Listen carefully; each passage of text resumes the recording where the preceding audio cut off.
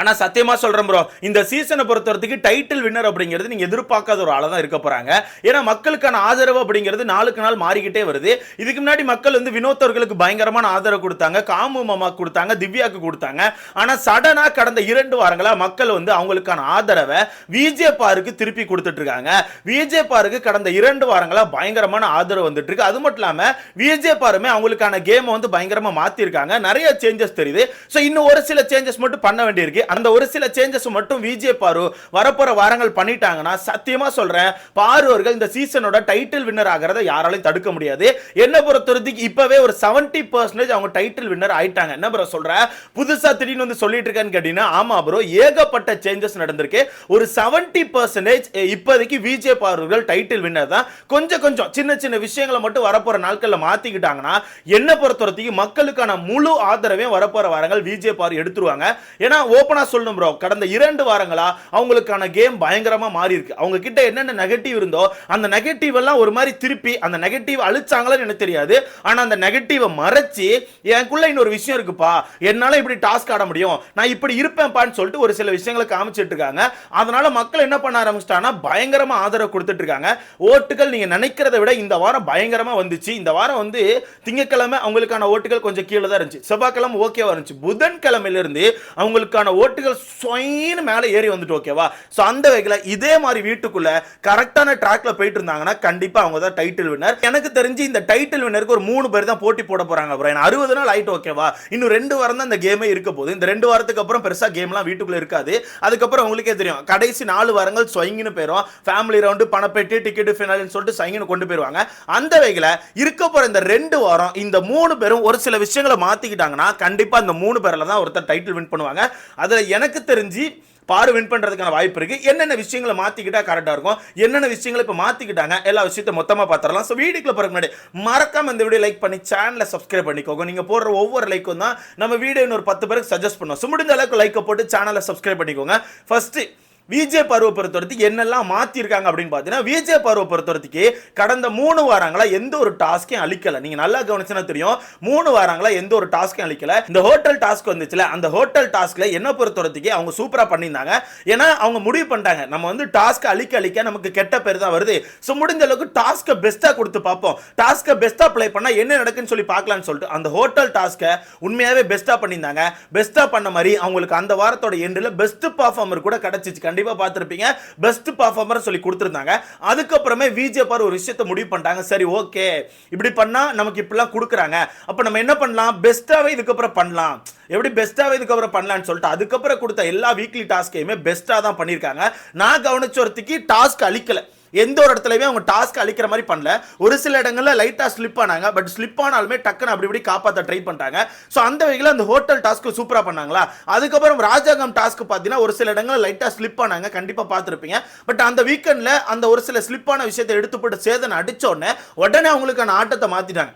உடனே அவங்களுக்கான ஆட்டத்தை மாத்தி இந்த டாஸ்க் வந்துச்சு, அது பேர் என்ன, அந்த எல்லாருமே கோர்ட் போட்டு சுத்திட்டு இருந்தாங்க வீட்டுக்குள்ள, மாப்பு சோப்பு ஆப்புன்னு சொல்லிட்டு அந்த டாஸ்க்லயுமே நல்லா கவனிச்சுன்னா அவங்க டைரக்டா யாரையும் அட்டாக் பண்ணிருக்க மாட்டாங்க. அவங்க முடிஞ்ச அளவுக்கு பெஸ்ட் கொடுக்க எங்க பாருல எல்லார்கிட்டயுமே நல்ல பேர் எடுக்கிற மாதிரி தான் ஒரு சில விஷயங்கள் பண்ணாங்க. ஏத்தி விட்டுருப்பாங்க, சாண்ட்ரா, திவ்யா இவங்களெல்லாம் ஏத்தி விட்டு பின்னாடி தான் ஒரு கேம் ஆடி இருப்பாங்களே தவிர முன்னாடி போயிருக்க மாட்டாங்க. அந்த இடத்துலயுமே லைட்டா ஸ்லிப் இருந்துச்சு. ஆனா இந்த வாரம் அவங்க என்ன பண்ணிட்டாங்கன்னா, என்னோட பெஸ்ட் கொடுக்க போறேன்னு சொல்லிட்டு இந்த டாஸ்க்கை பொறுத்தவரை, ஸ்கூல் டாஸ்க்கை பொறுத்தவரை பெஸ்ட் கொடுத்துட்டாங்க. இந்த டாஸ்க் அவங்க அழிக்க ட்ரை பண்ணல. இந்த டாஸ்க்ல அவங்கள யாரும் அழிக்க ட்ரை பண்ணா கூட அவங்க விடாம அந்த இடத்துல ஒரு மாதிரி பிடிச்சு நின்ட்டாங்க. அதனால மக்கள் பயங்கரமான ஆதரவு கொடுத்தாங்க. அது மட்டும் இல்லாம இன்னொரு விஷயத்தை நீங்க நல்லா கவனிக்கணும், வீட்டுக்குள்ள ஒரு சில பேர் வந்து பாருக்கு ஆப்போசிட்ல ஒரு கேம் ஆடுறாங்க. கண்டிப்பா பார்த்திருப்பீங்க, பாரு அட்டாக் பண்ணோம், பாரு இப்படி பண்ணோம், பாரு இப்படி டவுன் பண்ணோம், பாரு இப்படி பண்ணலாம், பாரு இப்படி பண்ணலாம்னு சொல்லிட்டு பல விதமா பாரு அட்டாக் பண்ணி ஒரு கேம் போட்டுட்டு இருந்தாங்க. கண்டிப்பா பார்த்திருப்பீங்க. அது என்ன பண்ண ஆரம்பிச்சுன்னா ஆட்டோமேட்டிக்கா பாருக்கு சிம்பத்தி ஓட்டா மாறிட்டு. ஏன்னா பாருவை பொறுத்தவரைக்கும் அவங்க அட்டாக் பண்ணும்போது திருப்பி அட்டாக் பண்ணாம அந்த டாஸ்க்லே இருந்துட்டாங்க. நான் கேரக்டர்ல இருக்கேன்ப்பா, என்னை அம்பா போட்டு அடிக்கிங்கன்னு சொல்லிட்டு அந்த கேரக்டர் விட்டு கீழே இறங்கல. ஒருவேளை அவங்க அந்த கேரக்டர் விட்டு கீழே இறங்கி இருந்தாங்கன்னா கண்டிப்பா மாட்டிருப்பாங்க. ஓகேவா, இறங்காம அந்த இடத்துல இருந்து எனக்கு கொடுத்த வேலை நான் கரெக்டா பாக்கேன்ப்பா, என் அப்பா என்ன போட்டு நோண்டுங்கன்னு சொல்லிட்டு அங்கேயே இருந்தனால மக்கள் என்ன பண்ண ஆரம்பிச்சாங்கன்னா, அந்த பொண்ணு அவ கேம் ஆடுறா, நீ ஏன் டார்கெட் பண்ற, முக்கியமா அந்த விக்கல் சுக்கிரமே, திவ்யா, சுபிக்ஷா இந்த மாதிரி ஆட்கள்னால தான் இந்த வாரம் விஜே பாருக்கு பயங்கரமான கிராஃப் கிடைச்சிச்சு. ஏன்னா என்ன பண்ண ஆரம்பிச்சிட்டாங்கன்னா, ஒரு டாஸ்க் கொடுத்துருக்காங்க, அவளை போட்டு நோண்டுவோம், அவளை போட்டு நோண்டா கரெக்டா இருக்குன்னு சொல்லி போட்டு நோண்டிட்டாங்க. போட்டு நோண்டிட்டாங்க. முக்கியமா விக்கல் சிக்ரம பொறுத்தவரைக்கு அவன் ஒரு விஷயத்தை முடிவு பண்ணிட்டாரு ப்ரோ. அவர் என்ன பண்ணியிருக்காருன்னா, ஓகே பாருக்கான ஆட்டம் ஏதோ ஒரு ஆட்டத்தை போடுறா, அது மூலமா இத்தனை நாள் வந்துட்டா, அப்ப அவளுக்கு வெளியே ஓட்டுகள் இருக்கு, ஏதோ ஒன்று பண்ற அந்த பொண்ணு, அப்போ அவ கூட சேர்ந்து நம்மளால கேம் ஆட முடியாது, ஆனா அவளுக்கான கேமை நம்ம ஆடுவோம். அவ அந்த வீட்டுக்குள்ள என்ன பண்ணா, எல்லாரையும் அட்டாக் பண்ணி ஆடிட்டு இருந்தா, அதே மாதிரி நம்மளும் அவளை அட்டாக் பண்ணி ஆடுவோம்னு சொல்லிட்டு பார்வை விக்கல் சிக்ரம் ஒரு மாதிரி அட்டாக் பண்ணி ஆடிட்டு இருக்காரு. ஆனா நிறைய நேரங்களில் பாருங்களேன், ஒரு மாதிரி ஜாலியா பேசிப்பாரு, ஜாலியா பேசுற மாதிரி ஜாலியா பேசிப்பாரு, ஆனா குத்துற மாதிரியும் பேசுவாரு, நோன்ற மாதிரியும் பேசுவாரு, டாஸ்க்னு கொடுத்தா பயங்கரமா குத்தியே ஆடுவாரு. அந்த வகையில விக்ரமுக்கு தெரிஞ்சு போச்சு பாரு ஒரு கிராஃப்ல இருக்காங்கன்னு சொல்லிட்டு அந்த கிராஃப் கூட சேர்ந்து நம்மளும் மேல போனோம், முடிஞ்சா மேல வரதுக்கு போயிட்டு கடைசி கட்டத்தில் அவளை அடிச்சு கீழே அமைக்கிட்டு நம்ம மேல போயிடலாம்னு சொல்லிட்டு விக்கல் சிக்ரம் ட்ரை பண்றாப்ல. பட் மக்கள் அதை கண்டுபிடிச்சிட்டாங்க. மக்கள் அதை ரொம்ப ஈஸியாக கண்டுபிடிச்சிட்டாங்க. ரொம்ப ஈஸியாக கண்டுபிடிச்சிட்டு என்னப்பா வக்கரம் பிடிச்சி சுத்திரியான்னு சொல்லிட்டு விக்ரமை போட்டு அடிக்கிறாங்களே தவிர பார்வை எந்த இடத்துலையுமே அடிக்கல. பாருக்கு பயங்கரமான சப்போர்ட் கொடுக்க ஆரம்பிச்சிட்டாங்க. அந்த பொண்ணு பாவம், அந்த பொண்ணு அவ ஆட்டத்தை ஆடுறா, நீ ஏன் நோன்றன்னு சொல்லிட்டு பாருக்கு பயங்கரமான சப்போர்ட் கிடைச்சிருக்கு. பாரு இந்த இடத்துல பண்ண பெரிய பிளஸ்ஸான விஷயம் என்னன்னா, அவங்களுக்கான பாரு கரெக்டுக்கு வரல. அவங்க என்ன பண்ணிட்டாங்கன்னா, நான் டாஸ்க்ல தான் இருப்பேன், டாஸ்க் விட்டு கீழே வரமாட்டேன்னு சொல்லிட்டு முடிஞ்ச அளவுக்கு பெஸ்ட் கொடுத்துருக்காங்க. அதனால மக்கள் பயங்கரமான ஆதரவு கொடுத்துருக்காங்க.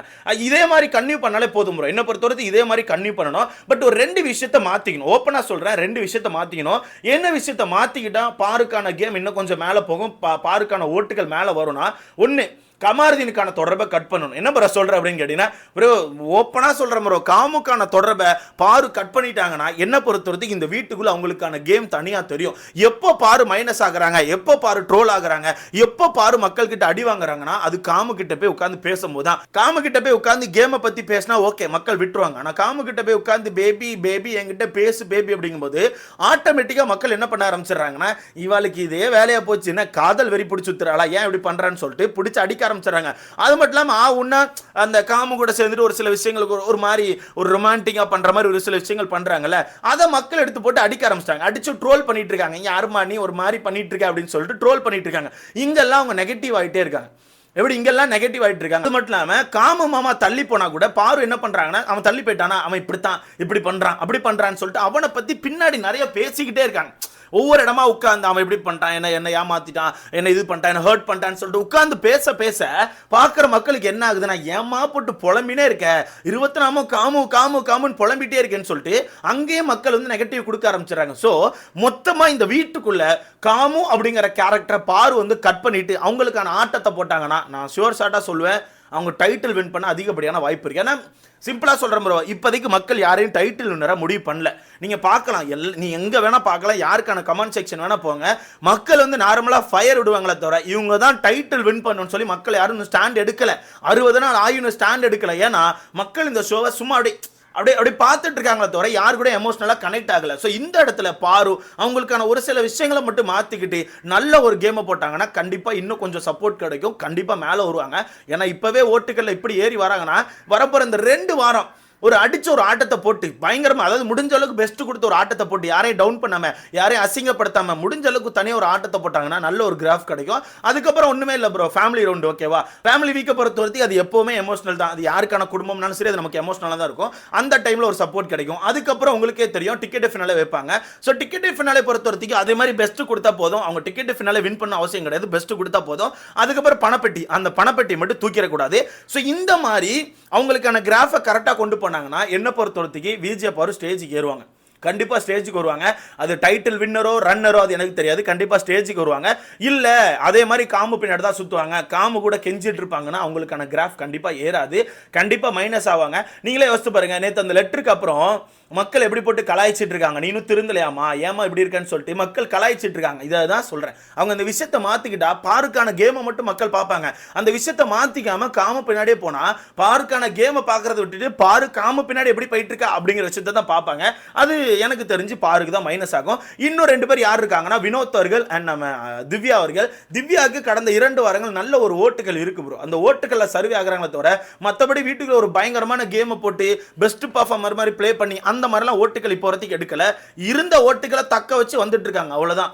எனக்கு தெரிஞ்சு வரப்போற வாரங்கள திவ்யா நல்லா பெர்ஃபார்ம் பண்ணாங்கன்னா கிராஃப் ஏறும். இல்ல பெர்ஃபார்ம் பண்ணல, அவங்களுக்கான பெர்ஃபார்மன்ஸ் இல்ல, அவங்க சும்மா அப்படியே வன்மத்தா தான் சுத்துறாங்க, சும்மா கத்திட்டு வாடன் வாடன் அப்படின்ற மாதிரி சுத்துறாங்கன்னா திவ்யா டவுன் ஆவாங்க, கண்டிப்பா டவுன் ஆவாங்க. வினோத் அவர்கள் இப்போ வரத்துக்கு ஓகே தான், நல்லா தான் போயிட்டு இருக்காப்ல. பட் இன்னும் கொஞ்சம் ஓப்பன் அப் ஆகணும், இன்னும் கொஞ்சம் ஃபன் மோடுக்கு வரணும், இன்னும் கொஞ்சம் ஜாலியா, இன்னும் கொஞ்சம் வைப் பண்ணாருன்னா கண்டிப்பா வினோத்துக்கான கிராஃப் மேல போகும். வினோத் அவர்களுமே டைட்டில் வின் பண்ண வாய்ப்பு இருக்கு. ஸோ என்னோட கெஸ்ட்ல இந்த 3 பேர் தான் இந்த டைட்டில் வின்னருக்குள்ள இருக்காங்க. விக்ரம்லாம் எனக்கு தெரிஞ்சு டாப் 5ல வருவார், மற்றபடி டைட்டில் வின்னர்லாம் வாய்ப்பே கிடையாது.